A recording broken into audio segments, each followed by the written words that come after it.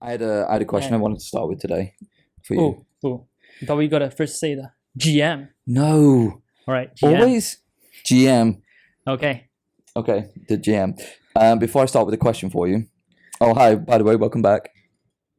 Yes, welcome back. From who? Welcome back to the podcast. So I made you a coffee this morning. Yes. I do have a confession. So the little cafetiere there. Yeah. It's great. Well, I gave you this cup here. Yeah. And the reason why I gave you this cup is because I was hoping you were going to drink out of your right hand.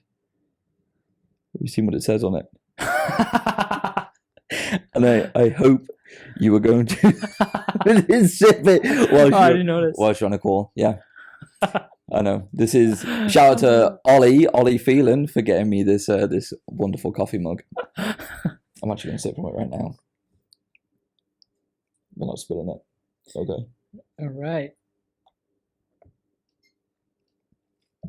If you can't see it, it actually says OCK. OCK in black on a white background, and the handle is also black and looks like a C. Hilarious. How did you? Oh yeah, the question. If you had $10 million in the bank right now, what would you do? What would you do, or what would you be doing? Secure the bag first. Secure the bag. Because 3% out of 10 million. Imagine if I just put that in some low risk investment. I just take 3% out every year. I can live very comfortably. Yeah, well, that's such a risk averse thing to do. Okay, let me rephrase the question. If investments were, if you'd put your 3% away and all that kind of stuff, what would you be doing day to day? Monday to Friday, Saturday, Sunday. I don't know why I said it like that. Time is irrelevant. It's a man-made structure. It is. Blah, blah, blah, blah. Yeah. What would you actually be doing day to day if you had $10 million in the bank? And that was a secured bag.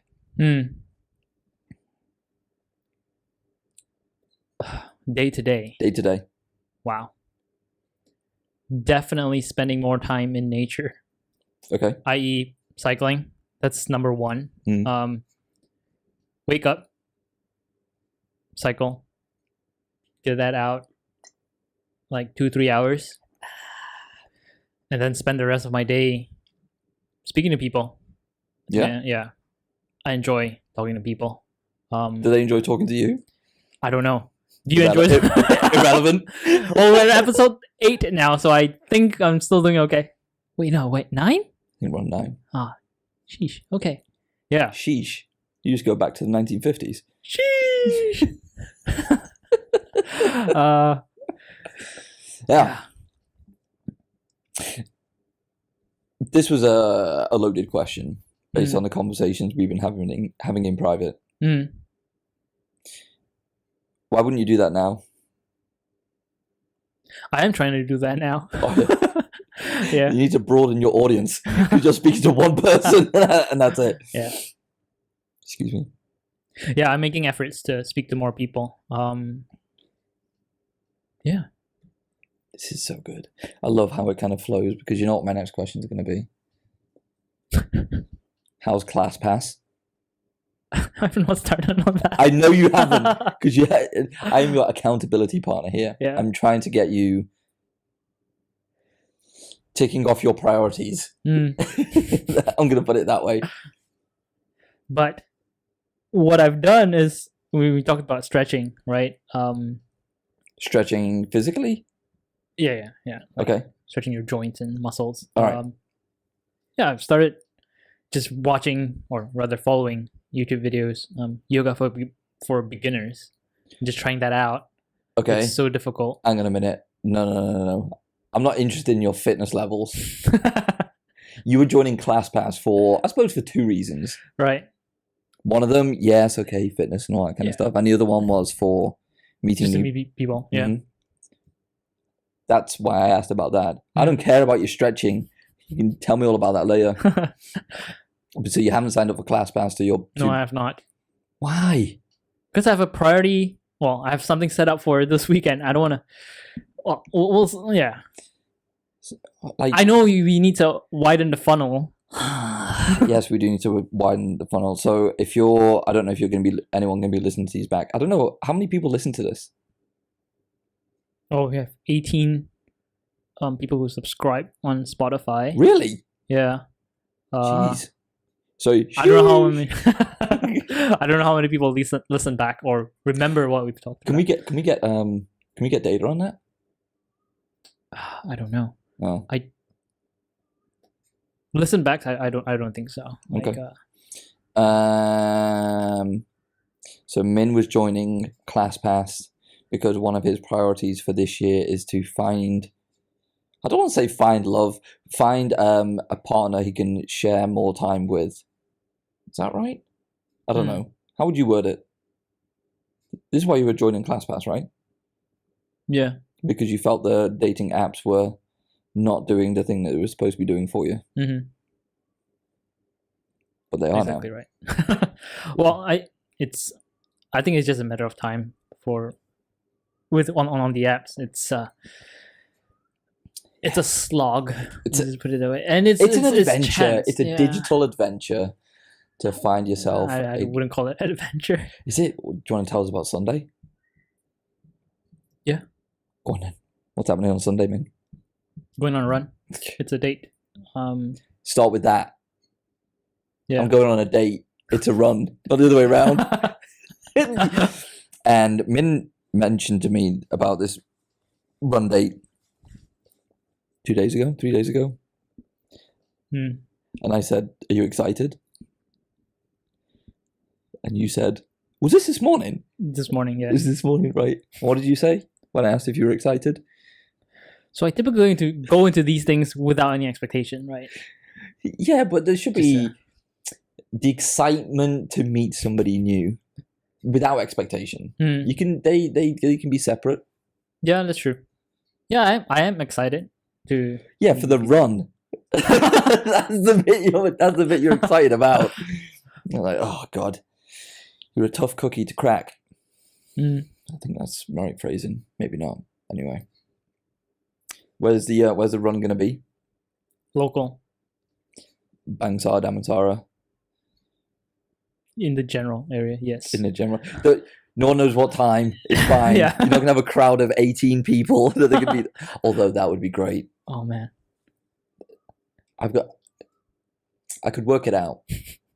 I could work out it because based on your pacing, and if it's a jog, and if it's maybe 8 to 10k, and where you're looking to end up, I can guess within a few minutes what time you're going to be at the end location, unless you decide to change the end location.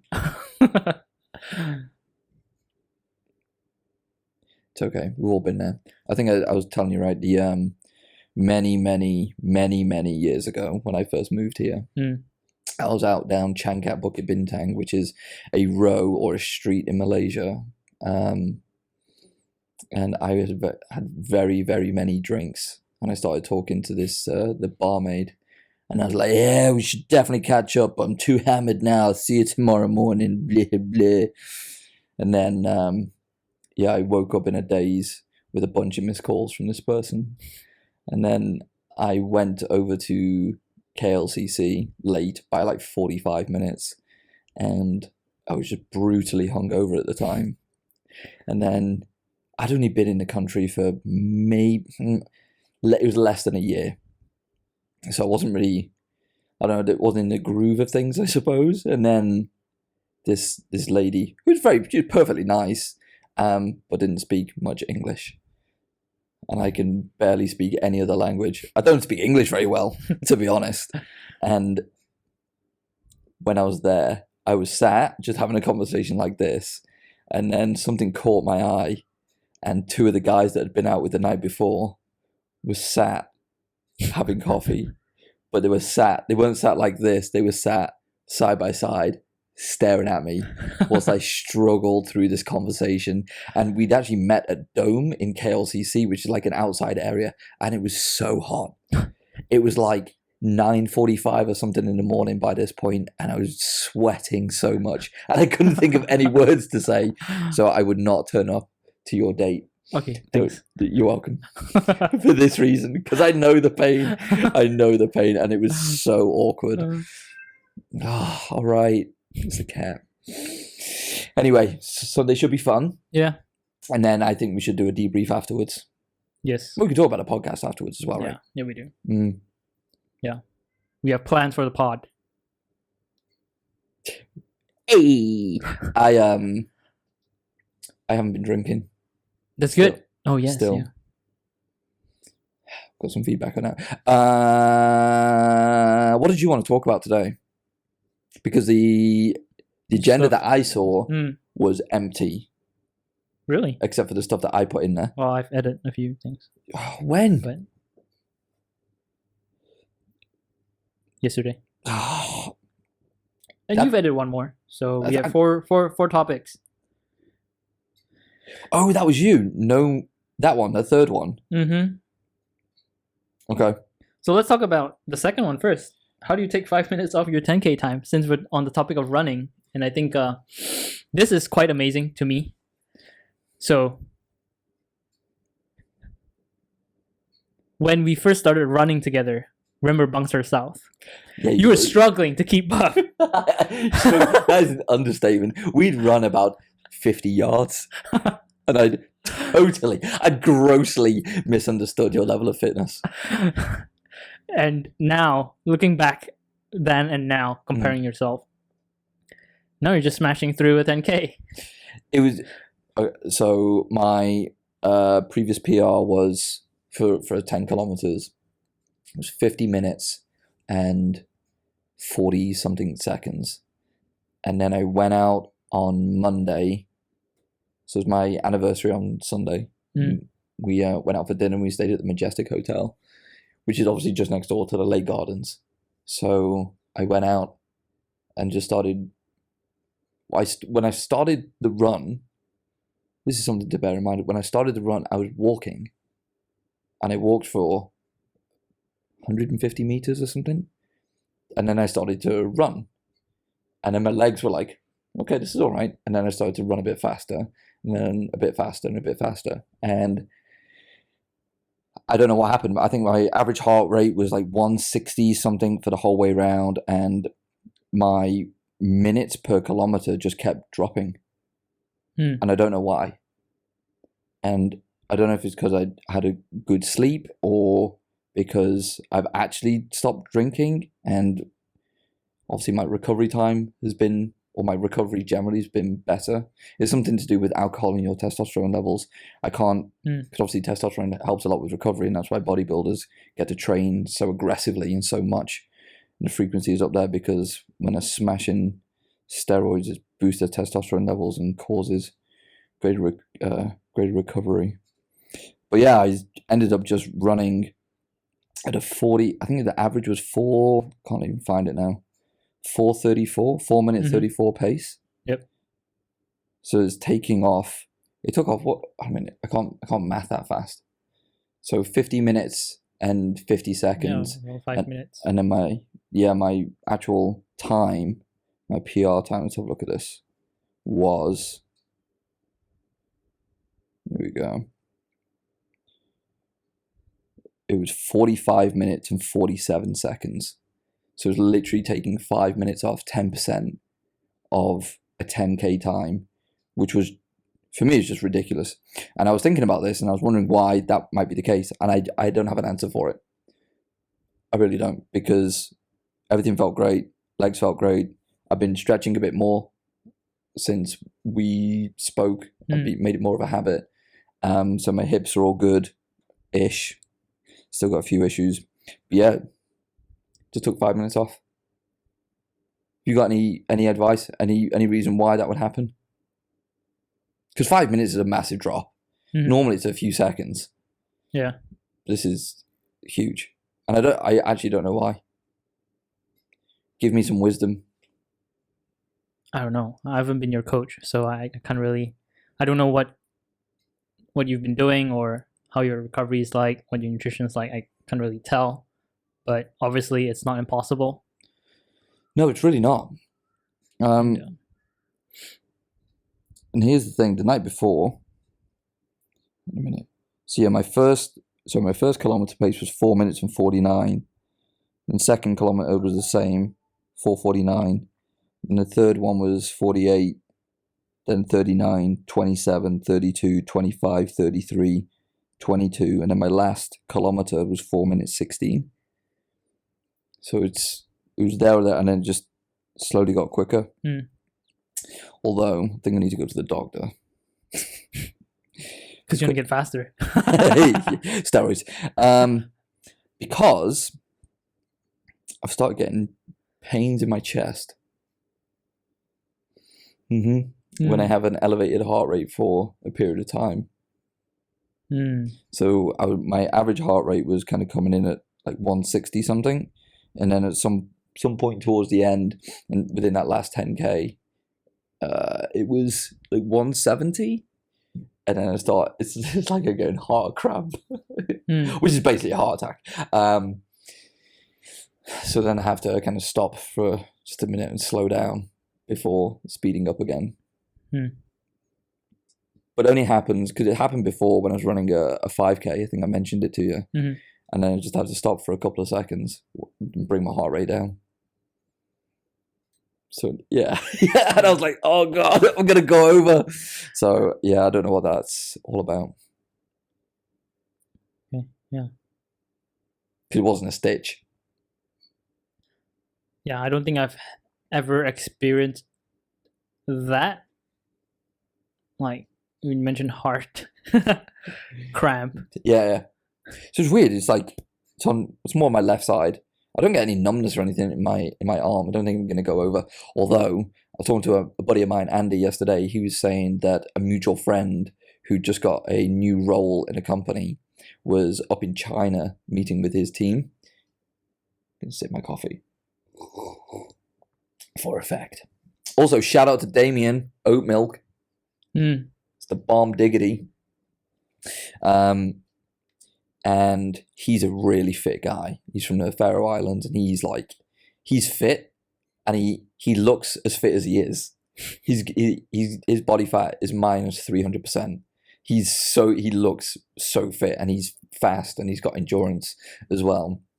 And he woke up in the middle of the night in China with like severe heart pains and a numb arm, and he doesn't speak any dialect of Chinese in his hotel, and he thought he was dying. He thought he was having a heart attack, and he couldn't speak to anyone because he could only speak English. And he's like, fuck.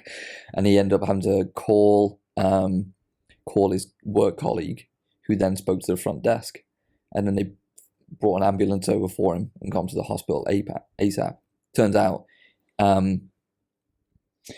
it's the muscles around his heart were cramping up, and he was given some, I don't know if it was anti-inflammatories or something like that to help it calm down, but apparently it was stress induced.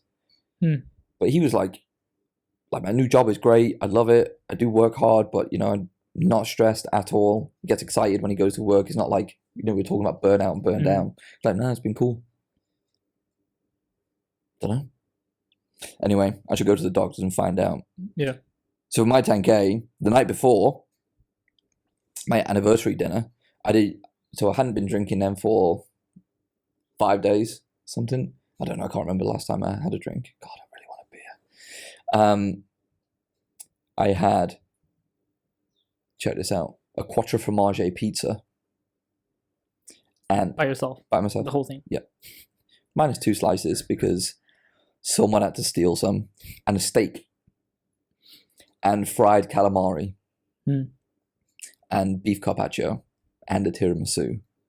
And I'd also eaten, have you had the Marks and Spencer's like snack bites? Of course you haven't. No, they're not vegan. Yeah. Sorry, they're like millionaire snack bites. Oh my God, they're so good. It's like caramel and chocolate and biscuits. So it's not like I was watching my diet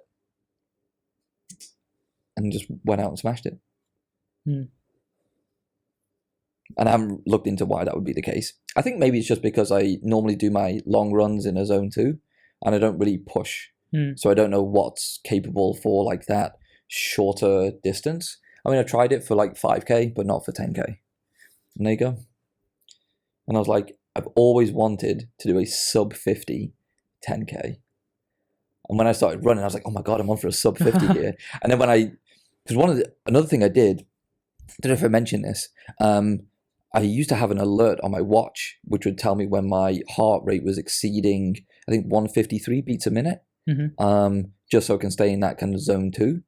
So I'd removed that before I went in to do my ultra, because what I found was, although it's indicative of, okay, I want to be in this range, I found it really restrictive in terms of how comfortable I felt whilst I was running. And I felt I was holding myself back because I didn't think I could maintain like a certain heart rate. And I think what I learned over time of running, being on your feet for so long, you get kind of dialed into what your body is capable of at what point.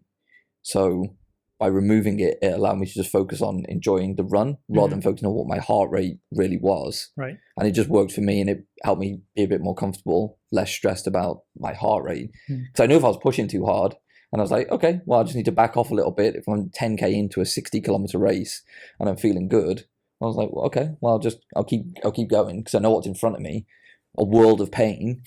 And that's why when I was doing that ultra that I did in Thailand, the first 5K, I think the first K was like a 4-minute 40K of 60. But I was like, well, I'm feeling good, I'm feeling fresh, I know what's in front of me, I've got this planned out, I know what my aid stations are going to be. I was like, okay. So I think that helps as well, because I wasn't looking at my heart rate. I was just like, how's my body feeling right now? Maybe that's it. I don't know. But it is possible just to go out and fucking tear it up. Well, you need to train for it. Not suggesting that anyone can just go out and do it. Right. Well, I'm going to fucking call you out immediately. Tell me about this half marathon you ran without any training. Yeah. Well, it was painful. Doable though, right? It's doable. Shut up then. What was your time for the half? Sub 2 hours. Yeah. Sub 2 hours for a half marathon on a random weekend day with no running training. Well, yeah, I haven't been running for a bit. But I do think it comes down to really your base fitness, right? Yeah. Something that I've been thinking about recently is like linearity. We always think about things running, like things have to be linear, but really. What do you mean linear? What triggered this thought is when you're sitting in a meeting, typically only one person can speak at a time. Should we try doing it simultaneously? See how that goes. Okay, let's go. Right, let's try this. All right. Right. So when you have only one person being able to speak at a time, everything's, yes, it's great for focus. Like, okay, we pay attention to the one thing, right? But that's not how the brain works. For me, at least, we talked about writing pen onto paper and my writing, like typically I type it out. Okay, yeah, that's not gonna work because your brain just don't think linearly. Yeah. How does it? How does it think? It just flies all over the place, right? Is that ADHD? Maybe. I don't know. But I don't think it's conducive to think linearly. All right. We talk about lateral thinking, for example, like problem solving. You can't just look at one thing from one angle, right? You need to look at multiple angles to really understand a problem, and that's how effective problem solving comes about. There's so with AI, so coming back, I guess this sequences into your first topic that you put down on the calendar. AI is going to help you be so much more productive, right? It might replace certain jobs where there's no need to think about a problem. You just solve it, right? And what AI cannot, at least not right now, cannot do well is like framing the problem. So it still needs a person to frame the problem. So we type in prompts. Yeah. And when we type in the prompt, we're actually framing the problem for the AI to solve. So that's where humans come in, right? If you can't frame the problem correctly, you're not going to solve you're not going to be solving the right problem. I love this. Is what I'm thinking. Can I interject on that one as well? Yeah. Because the framing of the problem, and the contextualizing of the prompt that you put in is very much like sales. Like the client has all the answers that you need to help a sale happen, but the quality of the conversation is only ever as good as the questions that you can ask. Right. That's why this podcast is terrible, because the questions I ask you are not very good. But it's true. It's true. And then, going back to when I was in the world of an SDR and now bringing that through into being a consultant, you can ask any question, but you only have a limited amount of time. Yep. And normally, depending on who you're conversing with, they have a limited amount of brain space or bandwidth to answer those questions before they get fatigued and bored. Yeah. So you've got to essentially try and take all the questions that you need to ask and condense them down into just a handful, 2 or 3. I think I spoke before about open-ended questions. I didn't. I posted about this between open-ended and closed-ended questions. I think it's been done to death. Like decided, they've got to how, why, where, what, these open-ended questions. But when have you been in a conversation in the last, I don't know, however long, where you've asked a closed-ended question, which is a yes or no question, and only ever received a yes or no answer? Probably not a lot. So if I ask a potential client or somebody I'm working with, are you on target to hit your Q1 numbers? That is a closed-ended question. But the answer that you can get from that, it would be a yes or a no, and then you sit in silence for a minute. Yes, but, no, and it'll be followed up with something. There'll be some context behind that question that's asked. So I think coming back to what you were talking about then about the chat GPT and the prompts and all that kind of stuff, it's the context behind the question when you're in the moment of a meeting. So it's only as good as the outputs are only as good as the quality of the inputs. Yep. I don't know how we got here. I do this a lot. You go round and round. What were you? What was the what? We're talking about reframing. Yes. Talking about linearity. Right. And running. I want to know. So what does this mean for running and linearity? And when you mentioned you were thinking about... Sure, yeah. There we go. There it is. I'll explain more once I reset the camera. Already? Yeah. It hasn't been half an hour. It's bollocks. Good. Do you cut these bits out? Do you keep them in? The transitions? Oh, you mean the audio? Yeah. Oh, I cut them out. Oh, do you? Yeah. Should just keep them in. Okay. And then just have a black screen and then stitch it back. I think that'd be good. Anyway, yeah, coming back to linearity. We all love to see an upwards to the right curve all the time, or a straight line, right? Oh, God, yes. Yeah. But life doesn't work that way. Or rather, most of the time, life doesn't work that way. It's up and down. Sometimes you make a U-turn. Yes. And what you've achieved today might not be indicative of what you achieve tomorrow and the next month and the next year. It comes down to compounding effect is true. I do believe that consistency. That is the law of the universe, essentially. Like if you don't consistently work on it, it will go away, right? Yeah. That's just for everything in life. If you don't water a plant, it'll just die. You don't give it. I'm not just looking at your plant and using that as an example. I'm really worried about this cactus. But apparently it's supposed to do that? Yeah. I believe you. I don't believe me saying that. Look at it. It's really messed up. It's all over the place. I don't know if maybe the cat sat on it. Okay. Yes. Yeah. So life is just not linear. The only thing that continues on a linear scale is basically time. Everything else goes up and down, backwards and forwards. It doesn't follow a linear scale. What does that mean for running? That's what we're talking about, right? Yeah. Coming back to that. Yeah. I think that's just the moment, right? Like my PR is... What is your 10K PR? I don't even know.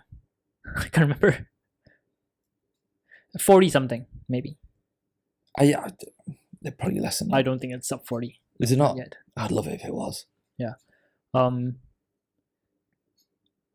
So on linearity and running and I guess just life in general, it's you shouldn't expect things to continuously go in an upward curve, because you were showing me that Strava fitness score, right? Oh my god, yeah, that's why when you were talking about the linearity and upwards to the right, I was like, fuck. Yeah, everyone expects, like, I need to continuously do better and better and better, but really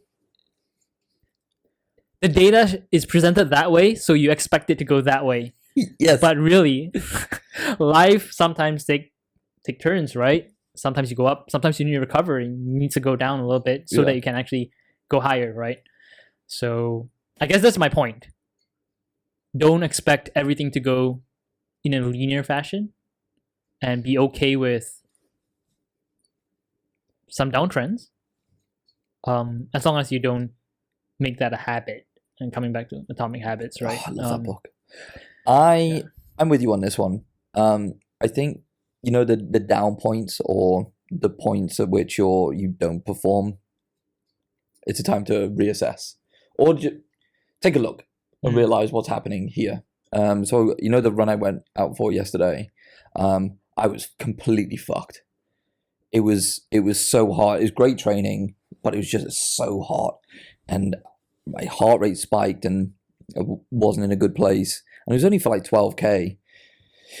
And then Nick messaged me afterwards, and he literally just said, "Get some rest, mate," because my heart rate just wouldn't come down. It was, you know, I'd take a step forward and it was like 160 pretty much immediately. And I think that's one of, both with running, it's running or lifting weights or cycling, that's fine. You know, it's okay to drop a few points or slow down a little bit in a moment, but then understanding why that might be the case. Is it a lack of rest, a lack of food, nutrition, or do you need to change something up as well? And I think this is, because I love to talk about myself, this is why I stopped drinking. Because when I looked at my performance in work and what I was delivering to clients, I was like, this just isn't good. At least I didn't think it was good. I didn't feel it was good. And my mind wasn't as sharp or anything like that. It was just like, fuck. So I was like, nah, just going to stop.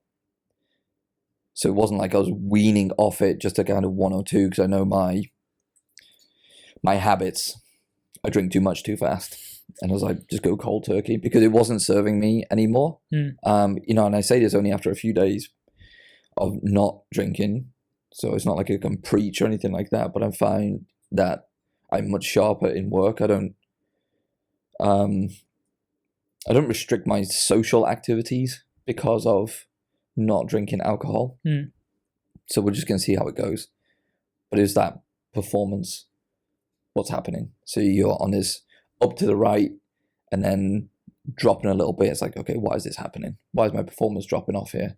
And you have a look, and I saw that this alcohol thing was playing a big role in me not moving up and to the right.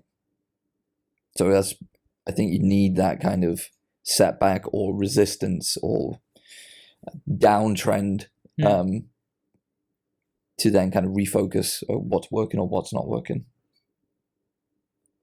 Yeah. So I'm pretty big on self-awareness, right? And it's good that, you know, you mentioned, okay, it's not serving me. That means you're aware that, hey, this thing, you're aware that, okay, what alcohol is not helping you perform. Yeah. Right. And it comes back to data, right? The data, the you know, fitness trackers and whatnot, is basically, well, I wouldn't say it's fully accurate. It's an estimate or representation of how we feel. I think you still need to listen to your body as well. But then again, the data is indicative of something, right? And comes back to the question about how do you measure your life. Yeah. I don't know if I brought this up on the podcast, but Clayton Christensen. I want to say yes early on. Maybe I have. Okay. Do it. Bring it up again. Yeah. How do you measure your life, right? What do you measure?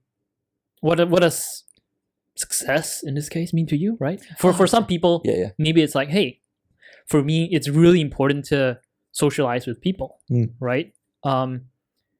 Maybe work is not as important to them. So, and for them, then the data shows, okay, how much time do I spend with my friends, my social circle? How much do I value that? Then it comes down to your values, how you prioritize certain things.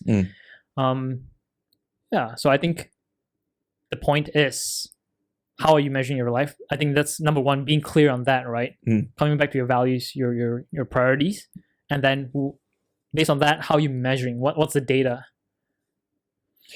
Yes, and yes, and of course, the immediate thing that comes to mind here is the fitness trackers might not be super accurate, but if it's consistently not accurate, you can see what it was the day before and the day before and the day before. So if it's measuring from the same baseline, at least then you know if you're moving in the right direction.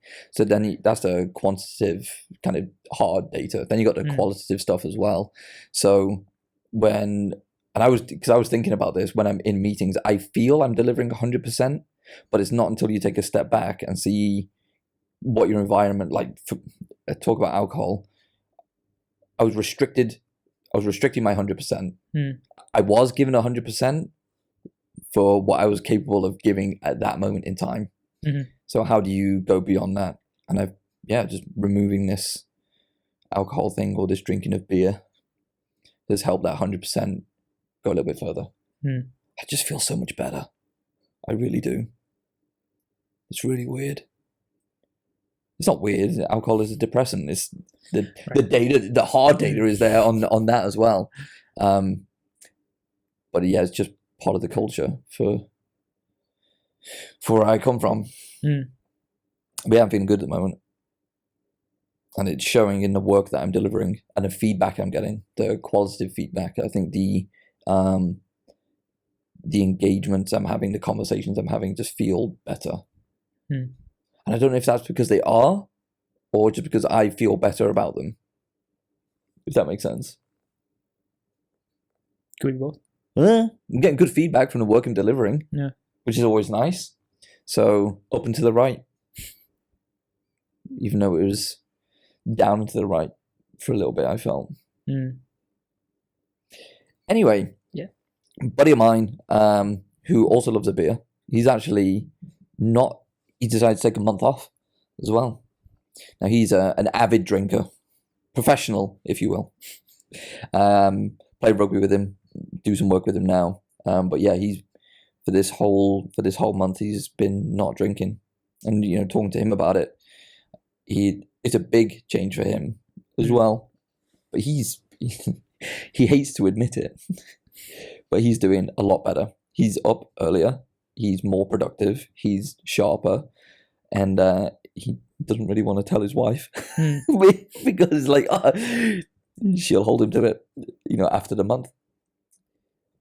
But habits and all that kind of stuff, and your social circle, and it's like, hey, do you want to pop out for a beer? And I think if you can change that, that helps a lot with resetting your standard or resetting your expectations. Oh man, when I feel when I talk about this kind of stuff as well, I do feel like I'm very preachy about this not drinking thing. It's really not my intention. This is a very personal thing, and it's just about my experience. And I think other people function much better than me. The day after, I get alcohol blues. I just get dead sad after having a few beers. And one of the reasons I think that is I drink quickly as well. It's just habit, just like sink a pint. So by the time I finished one pint, then the people I'm with might be halfway through a beer or a quarter or a third way through. So by the time I've had one, I've had 3 or 4. But people can go out and they socialize and they can restrict like how many they have, and they go to bed and get up and they're fresh and they can go for a run. It doesn't affect them at all. Kudos to them, because they are where I'd like to be, but it's just not me. So anywho, it's not my intention to be preachy, just to let people know that this is what I'm experiencing at the moment. Sorry. It's all good. Yeah. It's all good, Ben. I think you can't force, you can bring a horse to water, but you can't force it to drink, right? Somebody said that to me recently. My mates are all horses. And I take them to the watering hole and they drink rapidly. I don't need to force. I don't need to force them to do anything. Nick, I'm looking at you, man. We kind of brushed over the ChatGPT thing. Yeah. One of the reasons why I wanted to bring it up is AI will replace a lot of jobs. And it's not a secret, and it hasn't been for the longest time. If it can be automated, it probably will be. I caught up with one of our old super advisors. I had really good. It was just scheduled kind of half an hour catch up. I haven't spoken to him in the longest time. He's moved to a new role. So Brian, do you remember Brian? Yeah. And I caught up with him, and we just went on this deep dive into kind of generative AI, machine learning, and all. And I was like, this is really interesting. And that's when I sent you that thing. And one of the reasons, what did I put in here to bring it up? Oh yeah. So in a world of sales, people love an acronym, especially sales trainers and sales coaches, because it's easier to sell an acronym. It's like, oh, it stands for this, and then you can build out a training course around that, and then all of a sudden you've got a business. And when Brian and I were talking, I was just curious about how you could potentially use ChatGPT to create a new sales methodology. And I was like, let's try it. So did I send you the prompts that I put in as well? Yeah. So what I did was I went onto ChatGPT, put in what are the top 10 sales methodologies in the world. It fired back a bunch of methodologies. And then I took that and I was like, I wonder what the similarities are across these methodologies. I asked ChatGPT, what are the top 7 similarities between these methodologies? It fired back the answers about all those similarities. I then asked it to create a brand new methodology based on those similarities. It fired back a brand new methodology, which was custom. And then I did it again and it came back with customer as a new methodology. Did I share that one with you? It's so good. It's so good. So then I have a new sales methodology, which I can then package and sell if I wanted to. I think ethically and morally, I can't do it. Maybe I could use it as like a benchmark or something, or inspiration to build something. And then I'd asked it to come up with qualification and discovery questions for each of those acronyms for customer. Can't remember what they were. Once I understood the discovery questions, it said you should ask this, this, and this to get this information. I'm like, okay, this is cool. I wonder what the objections are. Then I was like, hey, ChatGPT, what are the objections that would come up for each of these questions? And then it gave me, I think I asked it for 3 to 5 or 5 to 7 objections that would come up. And then it did it for all of them. Then I asked it for all the rebuttals to those objections. And then it gave me some high-level frameworks to rebut or overcome each of those objections. Then I asked it, what are some good sentences to move the client towards a close to win the deal? And then it gave me, I can't remember how many suggestions about moving it to a close. So this was all in less than 10 minutes.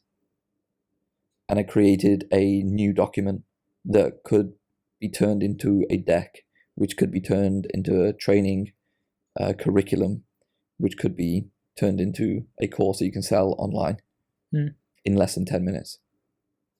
You can then take that information, take it to a Fiverr or an Upwork, and have it turned into a curriculum There's actually I can't remember what it was called. It's like beautiful.io or something like that, and then presentations.io, and it's AI generated decks presentations.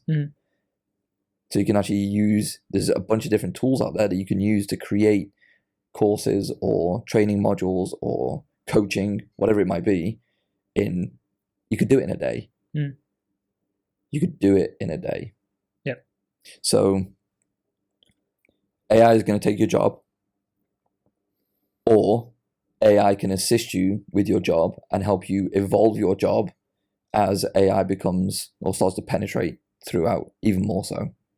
Because like with the mid-journey stuff for graphic designers, and then with this ChatGPT stuff for even writing sales copy, it's all there. It's like, how can you then use it and leverage it for your own role and see how you're going to be replaced? Use it, man. Get involved. That's why I wanted to talk about it. I just thought it was epically good. You asked me yesterday, what were we talking about? Joe Rogan. What's his playbook? Joe Rogan. Joe Rogan. So we were talking about a podcast, and I went back to episode 1 of Joe Rogan, which you should all do. I think everybody, without doubt, should go onto Spotify and reorganize the Joe Rogan podcast to oldest first and watch the 2 hours and 2 minutes of episode 1 of the Joe Rogan podcast and understand that podcast sold for $200 million. Because if you look at it, and if you went back in time as a time traveler to 2009 in December, I think it was, and said, hey, Joe, you're going to sell this for $200 million, he'd be like, get the fuck out. Because it's where you start, and if you're consistent with it, it's unreal, like how far it's come and like what it's evolved into. And I was just wondering, like, if this thing sold for 200, why did it sell for 200 million? Like, how did it start? Because it didn't start in a beautiful way, right? It didn't start with all the fancy mics and all that kind of stuff. I was like, oh, wow. So I was just wondering. And then I sent it to you. And then you were like, I wonder what the playbook is. Ask ChatGPT. Yeah. And it told us. It literally gave us the playbook of why Joe Rogan's podcast was successful. I'm going to whip it up. Please hold. Say something whilst I find it. Yeah. One thing I'd like to touch on, which we don't really have much time, but do we not? Well, we can go on for another half an hour. Yeah, do it. Knowing what to do and doing it is two different things. Yes. With all these tools right now, actually, even before the tools, right? Just going back to human nature, I guess. We all know what to do. Study to get good grades, diet to stay in study to get grades. Diet and exercise to be in good health. But how many of us actually do it, right? And with all these tools, it's so easy. Like when I had this idea of starting this podcast, I'm like, okay, it should be easy, and it really is easy to just get started, right? But how many people actually like just do it, right? So it's two different things, and I'm just wondering, like, what's holding us back, right? Is it really that motivation? Do you want it?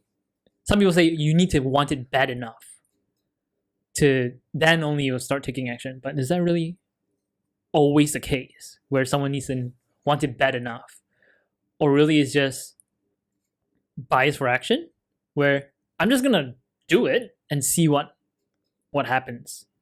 Why do we know what to do? And I think a huge majority of the things that... Can you push your cable in? It's making me really nervous. Yeah. Okay, yeah. Okay, good. Yep. I would say a majority of the things that we want to achieve in life is very easy to do. It's just we don't want to do it. What was the phrase? It's very simple but not easy. It's very easy but not simple, but like one of the two. Where did this thought come from? Tell me more before I continue my diatribe of talking. This was carried forward from, I think we wanted to talk about this like 2 weeks ago. I can't remember where this came from. Right. But I feel strongly about this. Right? Podcast? No, like knowing what to do and versus actually doing it. Yeah. Path of least resistance. That's why we don't do it. Status quo. Habits. Bias. Yeah, because it's habits, right? It's like the known. So thinking in terms of outcomes, I want to have a 6-pack. It's the outcome. But then it's like, it's only a small thing. I'll just have 1 biscuit. I'll only run 5K, not 6. And then all these small decisions that you make, they compound over time, leading to you either doing the thing or getting the outcome that you want or not. And because they're not huge things that happen, because they're not, there's just small things that happen consistently over time, good or bad, you don't then move towards the thing that you want, the outcome that you want. So you can think in terms of outcomes, but those small marginal decisions that you make for yourself equal to the outcome that you either get or don't. And I think that's why it's difficult to see. Because, give you an example, oat milk coffee. I have 3 of those every day for a week. How many calories is in oat milk? I don't know. But if you total it up over a day, a week, a month, a year, because for me, it's just 1 coffee. Then all of a sudden you look at the end of the year, you're like, okay, that's 20,000 calories. And that's in that one decision. Do you want large fries or a medium fries? That's an additional 30 calories. And then there's these small decisions that happen over time that lead you to not getting the thing that you want. Status quo, path of least resistance. I've always done it this way, so therefore I'll keep doing it. Unless. Personally, accountability partners. Holding yourself accountable for others or having people rely on you to deliver something will help keep you on track. I think that's why we're continuously doing this, because I'm accountable to you and vice versa. I'll sign up for class pass. But it's true. If I was more forceful about it, or if I was going to ask you about it every single day or every single week, it just becomes one of those things like, I've got to do it, I've got to do it, I've got to do it. Yeah, something that I'm thinking about as well. Like, there's a difference between saying it first and then doing it versus I'm going to do it and then say it. Right. Because I know for myself, I catch myself sometimes saying it and then sometimes not doing it. Although that just goes against like my own nature. If I say it, I'll have to do it. I usually, because you have an accountability partner and whatnot. So for this podcast, for example, I'm supposed to write out a document with the steps of, okay, this is how we should edit and cut, the clips and whatnot. There's no point talking about it after some time. I just need to do it and then say, okay, it's done.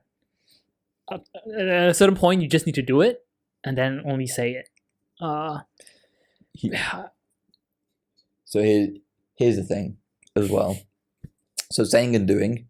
So for example, the drinking thing, I'm going to stop drinking, is I can't do it all right now because it's a continuous thing that you have to do. But by saying it right now and holding myself accountable to every 18 people and 19 people, it's out there in the ether. Now it's something I've got to kind of live up to. Deadlines are also good. So if you want to set yourself a deadline, so if it's not for me, so we can do that. That document, we can set, I'm not even going to set a deadline. We can put a meeting in a diary for me, you, and Els to sit down and go through it to see what's actually missing. So I think on this one, we get caught up with the finished article rather than the continuation of the process. So the document, for example, it doesn't need to be finished. So next week on Tuesday, we can sit down with Els at 11 o'clock and be like, what is missing from here that would be needed in order for this to be a useful document? This, and this. Okay, let's catch up about this. This is Tuesday. We're going to catch up about this on Friday, and these are things that we need doing. So there's this consistency, and it builds familiarity behind doing the thing that you need to do. And tying it back to both your coaching thing and my consulting thing, when working with clients, it's the same thing. We've always done it this way, and it's going to be difficult to make a change because it's like a binary thing. I do it this way, and then we do big switch, and now we do it this way. So when you go in, it's these small, incremental, marginal things that you change over time. And I imagine as I go through this with different clients, they'll be like, "You haven't done anything." And it's like, okay, it was never a big switch. It was, how do we make this small tweak to the sales meeting? How do we introduce a pipeline review for 15 minutes a week? How do we have people do role plays in front of the sales meeting group? All these small things to get to that outcome that you're looking to get to. It doesn't need to be a big switch. It's just taking that first step. Yeah, something I like to touch on is so essentially what I'm hearing is like, first we need to get the momentum going. So like, thank you. You can't just go from 0 to 100. Like it's I can't just ride from standstill to 40 kilometers an hour immediately, right? It's that progression. Yeah. And then you need to just carry on that momentum. Yeah. So essentially getting started, I think what helps, you've shared this before. What's her name? Not related to Tony Robbins, Mel Robbins. 5, 4, 3, 2, 1. Oh, the 5-second rule. Yeah. Yeah. Then you don't think about it, right? 5, 4, 3, 2, 1. Okay, let's do it. Don't think. I always talk about this guy. I'm going to reset the camera while you're okay. Do it. I'll think about it. We should keep all these things in. Relentless. Tim Grover. Don't think. And that's what we do. I think we overthink things.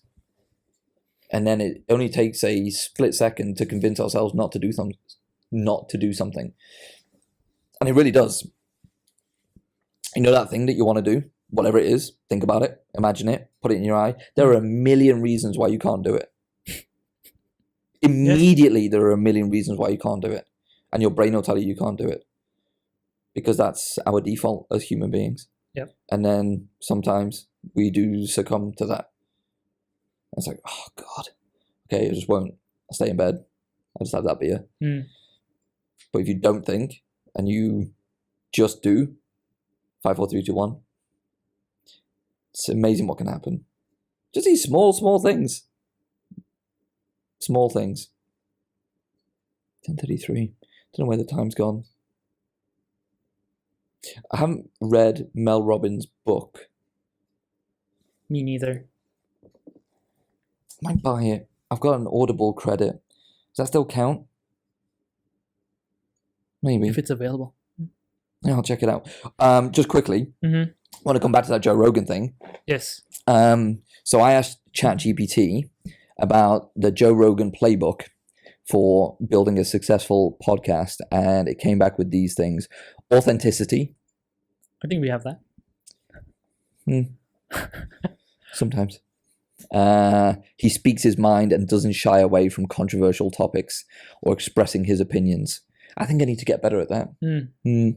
Not being contrarian, but being less political. Really correct. Or I think I'll talk to you about it. Diverse content, high profile guests. You're my high profile guest. Am I your high profile guest? Oh yeah, 100%. Ah, yes, thank you. Mutual. Long form conversations, relatability, open-mindedness, broad distribution. Yeah, something we need to do better. We need to penetrate China. We need to get this, what's it called? Translated. There you go. Yeah. I wonder what that would sound like if I had if it was my accent. Dubbed in Mandarin. Yeah. Broad distribution, consistency, promotion and marketing, flexibility and evolution was the last one. Let's touch on that. Rogan has shown flexibility in adapting his podcast over time. He's experimented with different format, guests, and topics, and has evolved his content based on audience feedback and changing trends. This adaptability has helped him stay relevant and continue to grow his podcast value. And I think that is a great point, because sometimes when we start something, we think it's good. That is it. This first iteration is how it's going to be forever. And that commitment can be scary. It's like committing to move to a new place. Yeah. Or start a new job. It's like, if I make this decision is forever. And I know we spoke about this before, but it can evolve over time. And that's fine. You don't need to be right straight out the gate. Same with business as well. I'm sure your coaching business will evolve over time, as will mine. Consulting business. Yeah. And that's okay.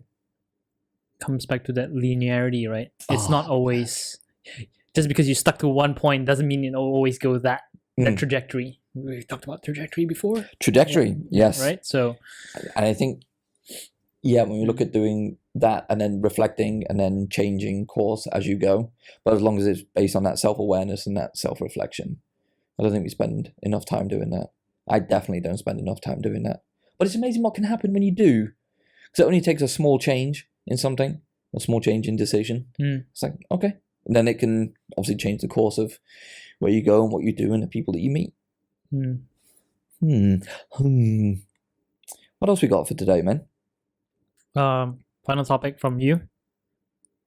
Something about crisis of faith. Okay, this is controversial. Let's go. I wouldn't say it's controversial. Do we have time?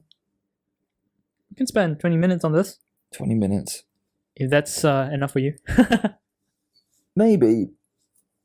So we had a conversation the other week, right? And when I was getting my hair cut, amazing, yes I do. I go to a barber and he shaves it. I was wondering about how to kind of phrase it. Now, I've been in sales for how long? 2008? Really? 2007? 2008?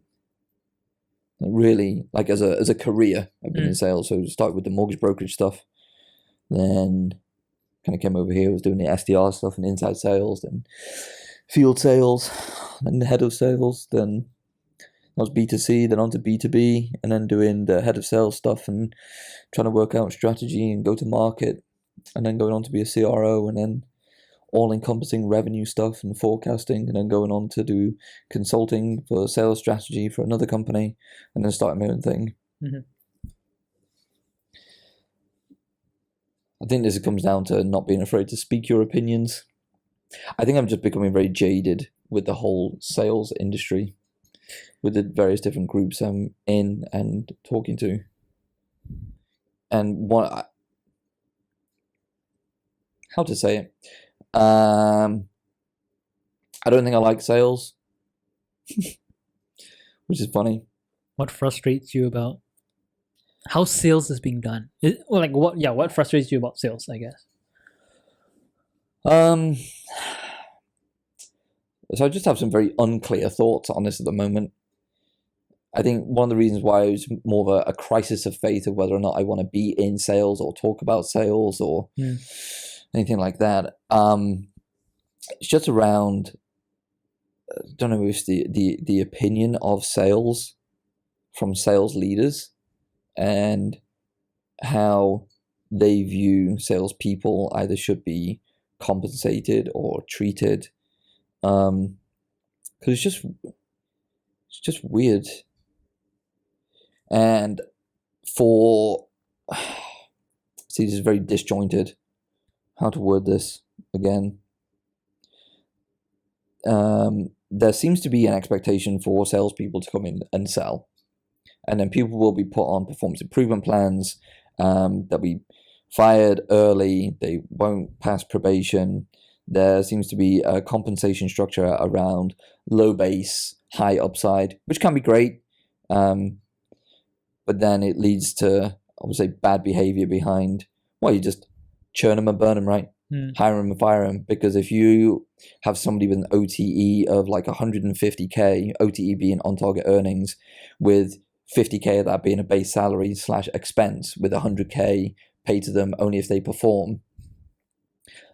So wherever you are, that 50K might just be on the breadline for somebody to survive if they're living at home with their parents, for example, and they have other expenses and they want to have a social life. Then it's just like, well, if they don't work out, it's fine.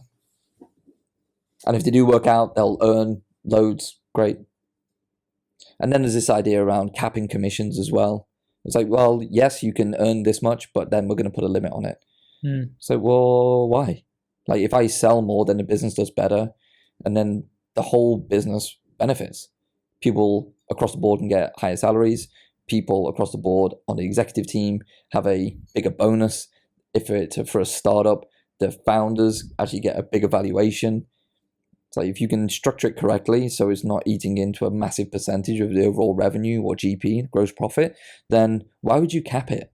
Why would you pay somebody a super low base and then restrict on the upside?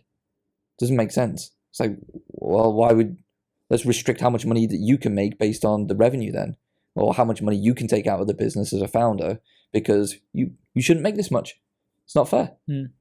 But it is, because they have the balls to go out and actually do the business and do the thing and go through that stress in the same way that salespeople do the thing, go through the stress, actually have all these targets and quotas that they need to hit and lose sleep about it and work on weekends to make sure they can hit it. Why cap it? It doesn't make sense. But then we come back to that idea of, well, we just churn them and burn them. Doesn't matter. Salespeople, bring them in. This is the product. Go and sell it. It's like get people on the phones early. Okay, cool. What's the onboarding like? Run me through your onboarding. How do people get trained? How do people get coached? What's the framework and tools? What are the processes they need to follow? How can you build their confidence? And it amazes me that it's just not done. But then people are they're easy to fire. You haven't performed. Cool. What have you given them to help them perform? What was their onboarding like? What are their one-to-ones like? What are they struggling with? Why are they struggling with that thing? Excuse me. If you show them how to do it and they're still struggling, and you coach them and they're still struggling, and you train them and they're still struggling, then maybe this thing isn't for them. But if you don't do any of that stuff before it and they're not performing, and you tell them to get out, then why hire people in the first place? And I think it's just this mentality behind what sales is, and like hiring and filling the funnel with salespeople they can bring in, throwing enough shit and seeing what can stick. Why am I jaded? I don't know. The same reason, we come back to this, the same reason why the healthcare industry benefits from big tobacco. Big tobacco poisons people. Healthcare industry benefits because they can provide services to those people that aren't very well, and then it's round and round it goes. There is an analogy here, I promise you. Salespeople are brought in, they don't really need to train them, they churn them and burn them, they've got low conversion rates, but then my job exists. My job exists to come in and help solve these problems. I was thinking about this. Or am I just brought in to kind of maybe help solution with some people that are doing really well and they just want to make those marginal gains? Just like, it's an unclear thought at the moment around why I'm a bit jaded behind this whole sales thing. That's just some high level thought of what I'm going through right now. I don't think that's going to put me in good favor with anybody I talk to. I just think there's a better way to do things, and I think there's a better way that people can do things without me having to come in and tell them what to do. People know what they need to do. They literally do. Your salespeople aren't performing. Okay, how have you helped them perform? Well, we've shown them product. No, how have you helped them perform and do well at their job? Well, they came from like this background, so they should be able to. All right, they should be able to. How have you helped them perform? How have you brought them into a company, helped them feel comfortable in the culture, introduced them to everybody, shown them where they need to go and who they need to talk to, and given them the process they need to follow, the one-to-ones that they need, the check-ins every day to make sure that they're doing okay and get feedback from them to see where they're struggling. How are they doing this? Oh, well, we catch up with them once a week when they first come in. Cool. What does that look like? I don't think once a week is enough when you bring somebody into a new organization, like building familiarity, building that culture within them, helping them integrate into the team. So, oh, they're not doing very well. Yeah, of course they're not. Because you're not helping them do well. Frustration runs deep. But then people will pay me to come in.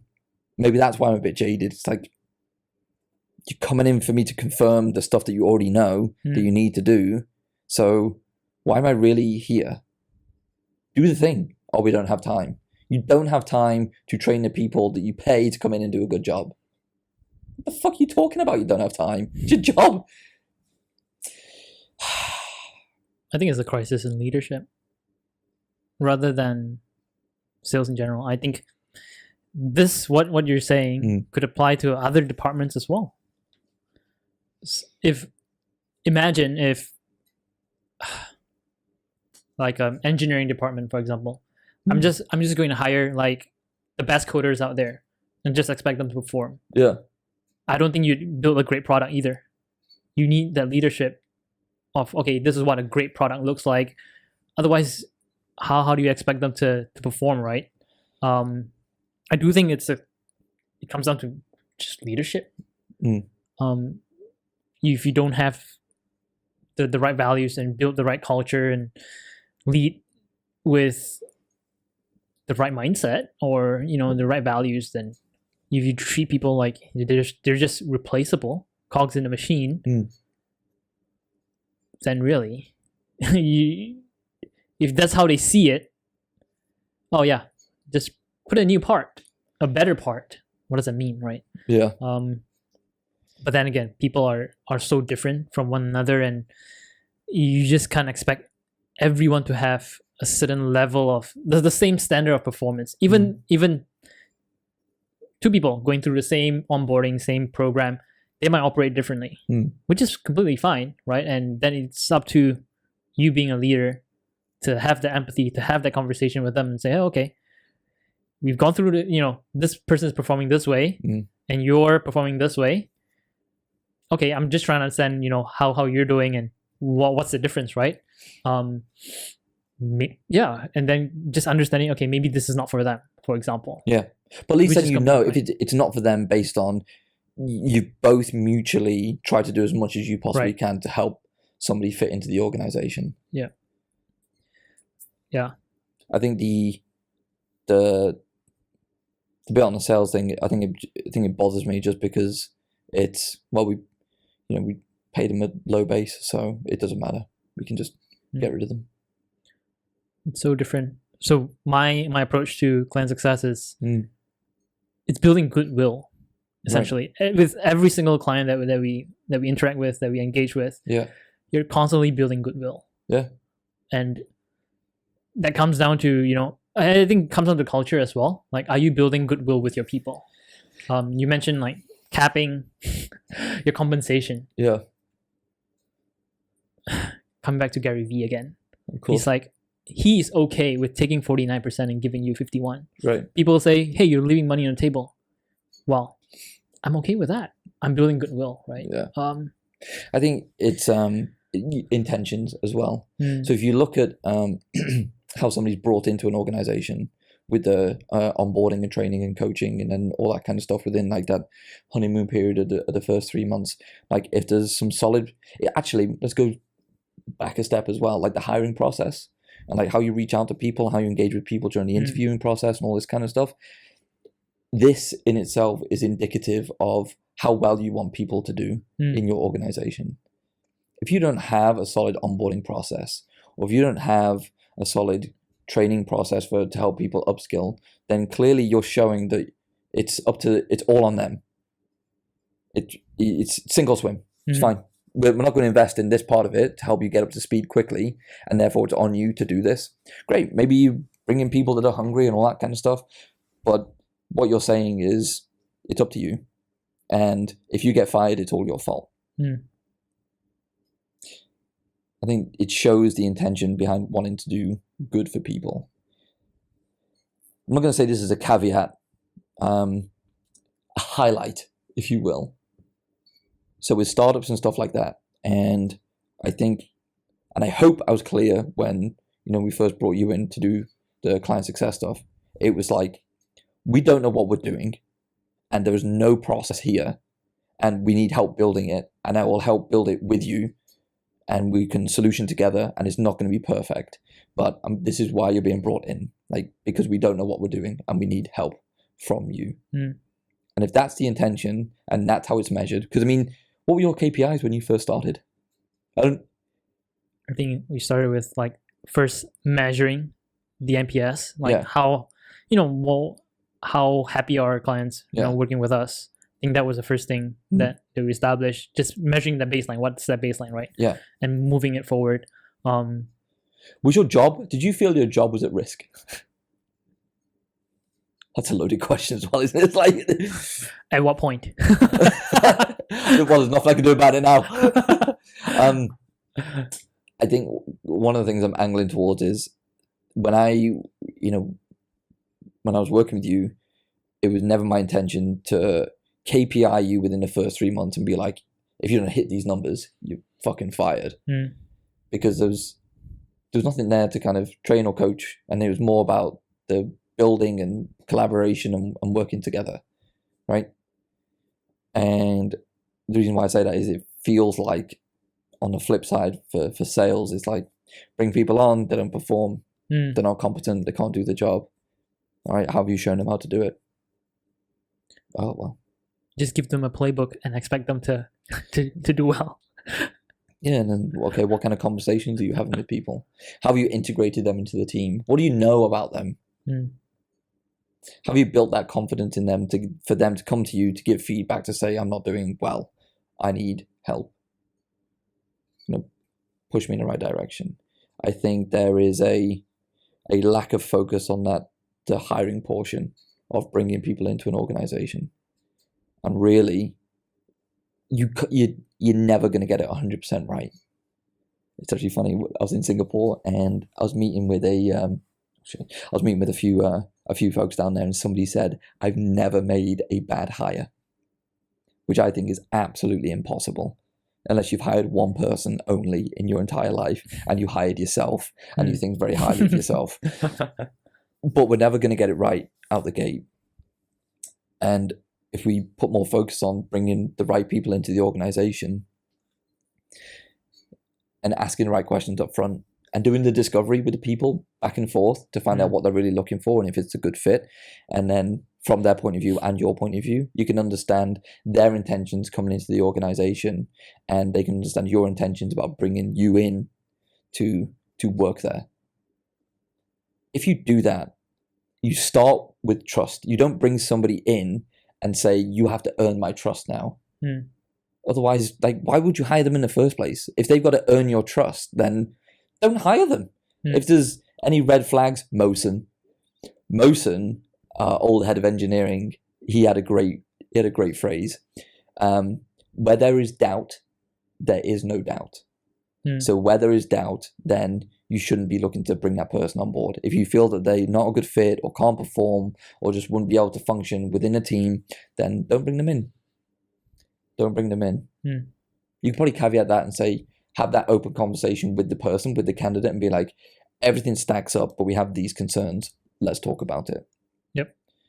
But it's how you bring people into an organization. If you bring people in and help them and coach them and guide them, and you start with trust, you trust them to do their job because you understand them and their intentions are to turn up every day and do the best work they possibly can with the tools that you give them. That's what you do. You don't bring people in and then say, okay, well, fuck you, you've got to earn my trust now. I'm not going to spend any time with you until you show me you can perform. But I'm not going to give you the tools that you need to perform. And I think that's where it's a bit backwards. It's where my jadedness comes from, I think.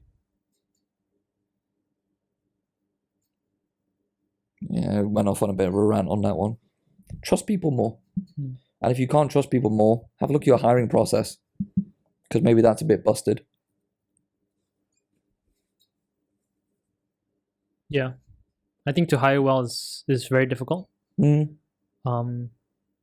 need to start with understanding what or who you want to hire.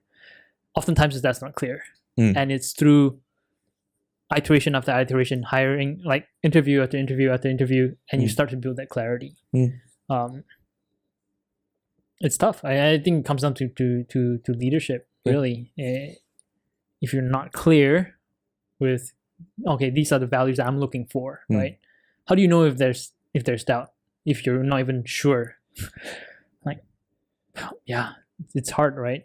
And I think that's where it falls down, because we don't need to have a robust hiring process, because it's only, okay, if we invest in this person because it's only say 15K because it's 3 months, and if they don't work out, it doesn't matter because it's only 15K. So it's a small investment, but if it does work out, then it's fine. We're good to go. And you can make 4, 5, 10x revenue off this one salesperson. So it's you base just bets, and they're poor bets because the conversions are pretty low and churn rates are high on salespeople as well. So maybe we should take a real hard look at what the hiring process is like and assess from there. I don't think it's done well. What do you look for when you're hiring salespeople, and how do you assess for that to reduce that churn, because it's never going to be 100%? And then what's the onboarding really like to help them do well? Is that a question for me? No, it's a rhetorical one. Okay. It's me just thinking out loud. Sorry. But that's where my jadedness comes from. It is. I think there's a lot of work to do. I don't know if... I honestly don't know if it's going to change. You should do... Well, this is a suggestion. You should do a long-form open letter to all sales leaders out there and say, hey, this is what I'm seeing as a consultant and whatnot. How can we change this? And see what the response is. I would Invite debate. Yeah. Maybe I should be open with my opinions more, be less political, and to be more direct. And maybe that is the question. You know, we opened this podcast today with, if you had $10 million in the bank, what would you do? And this is a question for the leaders out there, sales or founders or anything like that. So in sales, you have a baseline, base salary, and you have a variable salary. So say you have a 50-50 split. Your base is, for argument's sake, let's say your base is 100K. And then your variable, if you do well, is 100K. So your on-target earnings is 200,000. What if you said, okay, there's no OTE. Your baseline, your base salary is 200K. How would that change the way you hire people?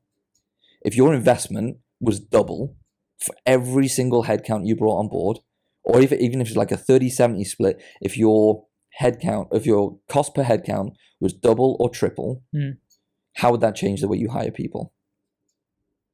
Because you're not restricting the earnings. If you're as a salesperson, you're brought in, you had an upside, and that upside was that 200 or 300K, and that was then how much you got paid, rather than having to fight for it and fight for the commissions.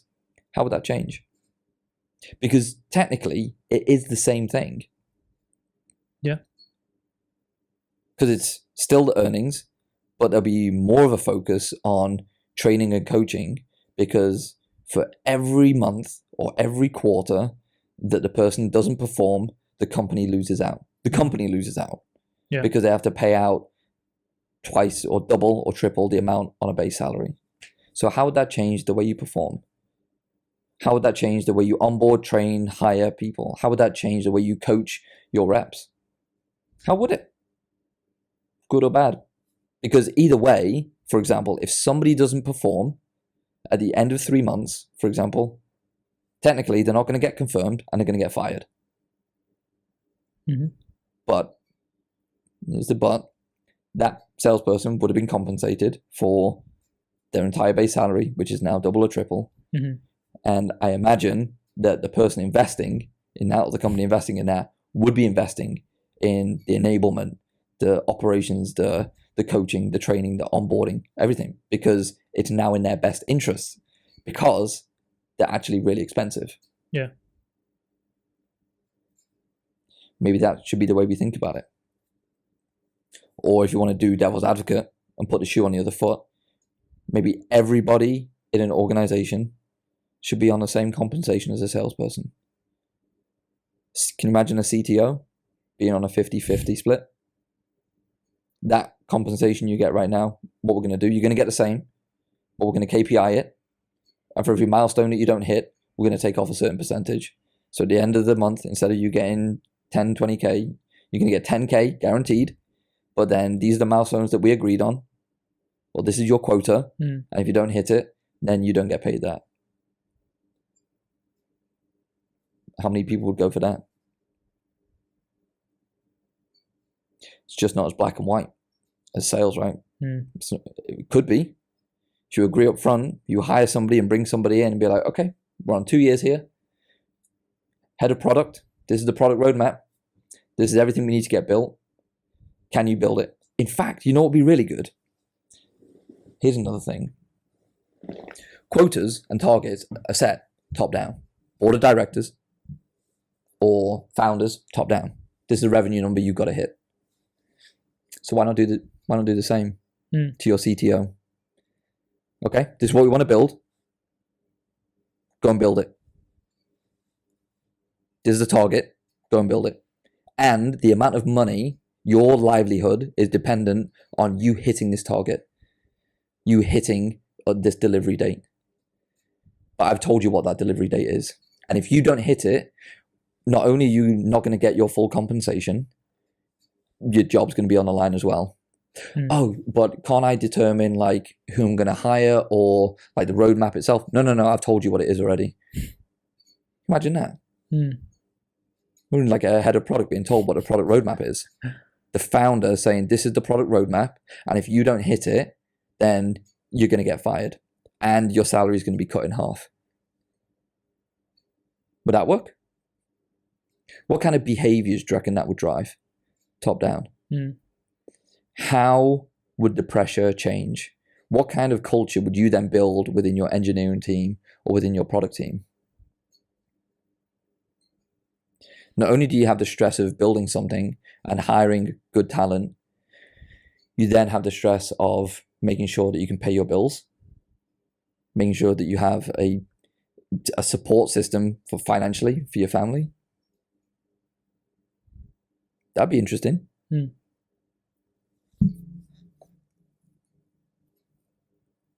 Just start doing that.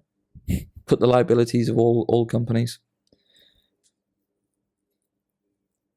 Base salaries all in half. Overheads are all in half. Only based on the value that you deliver. Based on top-down targets that are set, that are out of your control. You're just told what you need to do and you've got to hit it.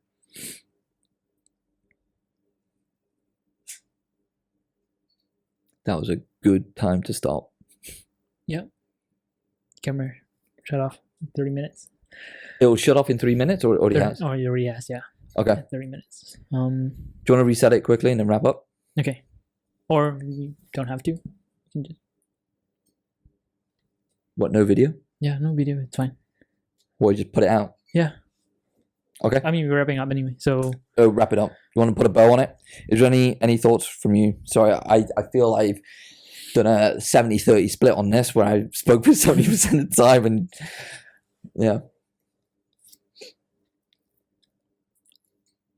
I've never run a company, but Same. I think it's just going to cost a lot more to replace people.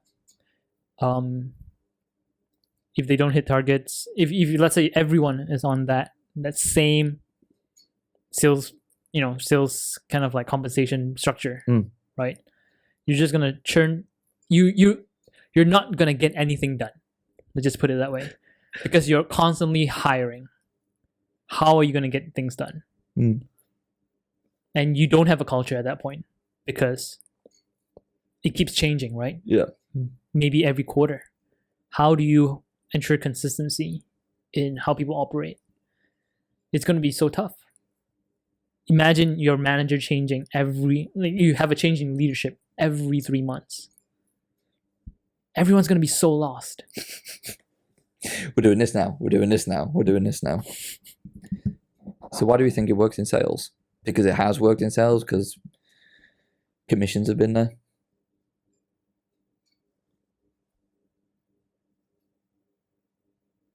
be an interesting experiment to run. Everybody is on, in this organization, is on a base salary. Like whatever you earn right now it will be the same, but your base salary will now be 50% of that, and your variable will be based on the KPIs and targets that you set on a quarterly basis with your line manager, with your team lead, or whatever it is. And if you don't hit them, then the percentage will be taken off.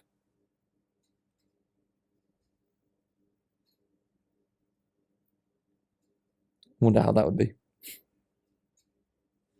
Anywho, put a bow on it. Some final thoughts from you, Min?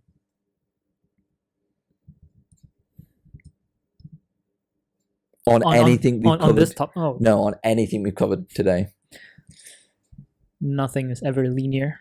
Let's just put it that way. And there will be ups and downs. It's just that how do you want to manage and go through them? Even with sales, there will be good and bad, and it's up to you to, have that conversation with the salesperson, coach them. It comes down to leadership, right? And having that perspective that, hey, doesn't always have to be up and right. It's how you manage the downs that is most important. When everything is going up and right, everyone is like, oh yeah, it's so easy. I made 3% from this stock because the market is just doing well, right? It's so easy to do that. But when it's down, that's when you need to have that strength, mental strength, and have the empathy. Gary Vee says it's watch what your leaders do when things get tough. Are they kind when things get tough? That's a sign, right? When things get tough and they're like punishing people, okay, that's not a sign of leadership. That's how we should finish. How do your leaders react when times are tough? We need some outro music. Yeah. Do we have outro music? No, we don't. We don't. Thanks, Min. I will chat to you next week. Yeah. Thank you. Peace out, Cub Scout.